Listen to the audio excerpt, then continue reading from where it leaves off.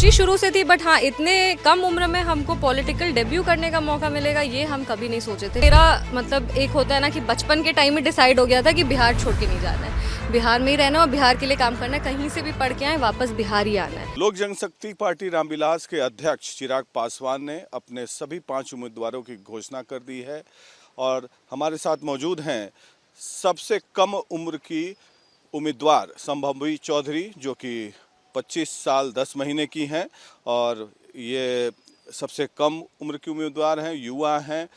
Lady Shri Ram college Delhi university से पढ़ी हैं, दिल्ली स्कूल ऑफ इकोनॉमिक्स से इन्होंने मास्टर्स किया है और अभी पीएचडी भी कर रही हैं और पढ़ी लिखी भी हैं और दलित समुदाय से आती हैं। संभवी, आप 3rd जनरेशन हैं जो पॉलिटिक्स में एंटर करने जा रही हैं, आपके ग्रैंडफादर, आपके फादर और अब आप। तो क्या इतनी कम उम्र में आप क्या पहले से ये सपना संजोई हुई थी कि आपको पॉलिटिक्स में आना है और क्यों? सबसे पहले तो थैंक यू रिपब्लिक।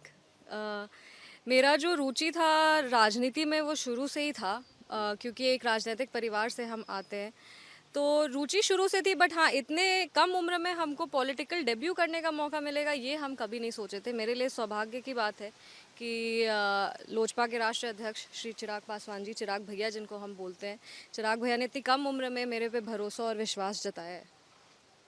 तो चिराग पासवान ने आपको क्या कहा, क्यों उम्मीदवार बनाया आपको, क्यों सिलेक्शन हुआ? कुछ स्क्रीनिंग हुआ होगा, कुछ प्रोफाइल सिलेक्शन हुआ होगा, आपकी पढ़ाई लिखाई को देखा या आपकी दक्षता को देखा? आप समाज सेवा भी करती हैं, हमने सुना है।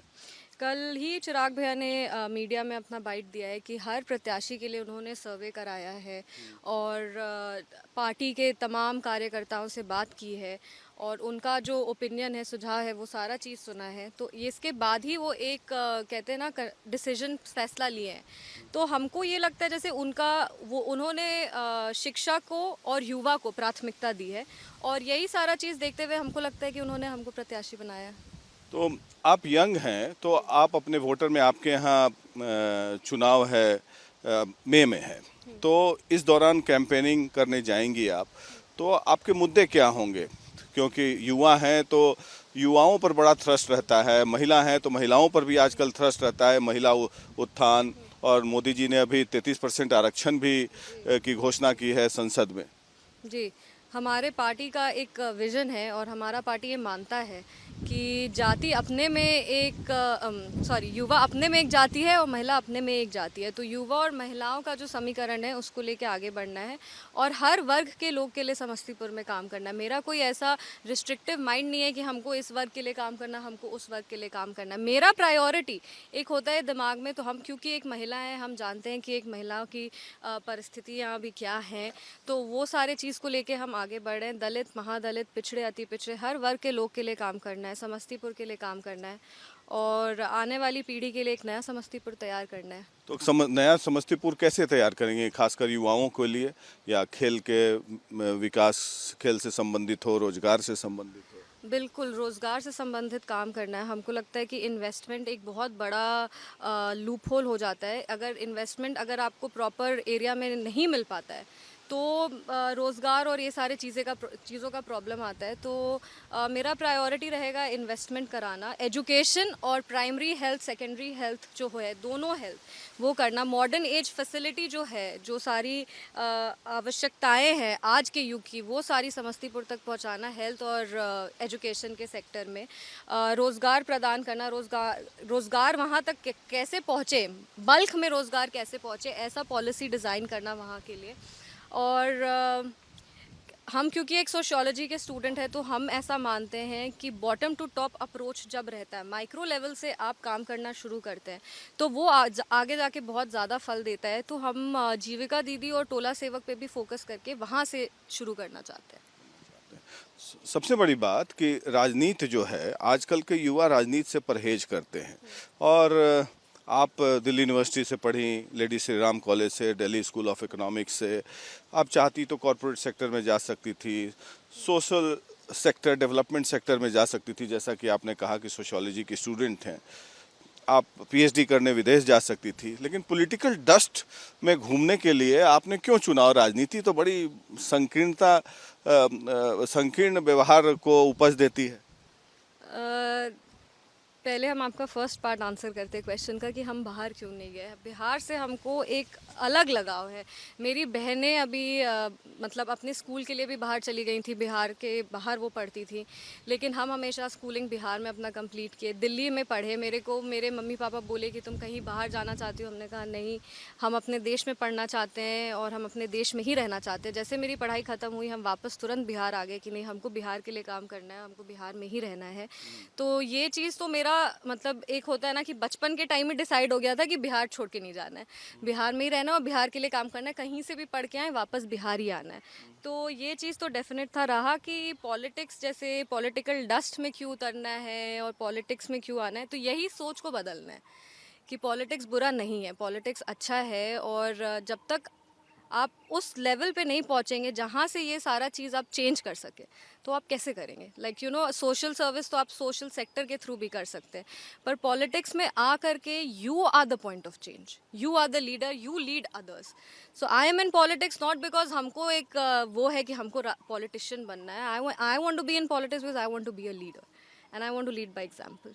लॉ मेकर बनना चाहती हैं आप, न कि सोशल सेक्टर में जाके किसी के आगे पीछे घूम के और फ्रस्ट्रेशन का शिकार। नहीं, हम सोशल सेक्टर को बुरा नहीं, हम कह रहे सोशल सर्विस अपने जगह होता है। और जब आप एक कहते ना, आप उस पैनल में होते जहाँ पे आप पॉलिसी डिसाइड कर रहे हैं which will impact a lot of people, वहाँ पे होना हमको लगता है युवा का, महिला का बहुत ज़रूरी है।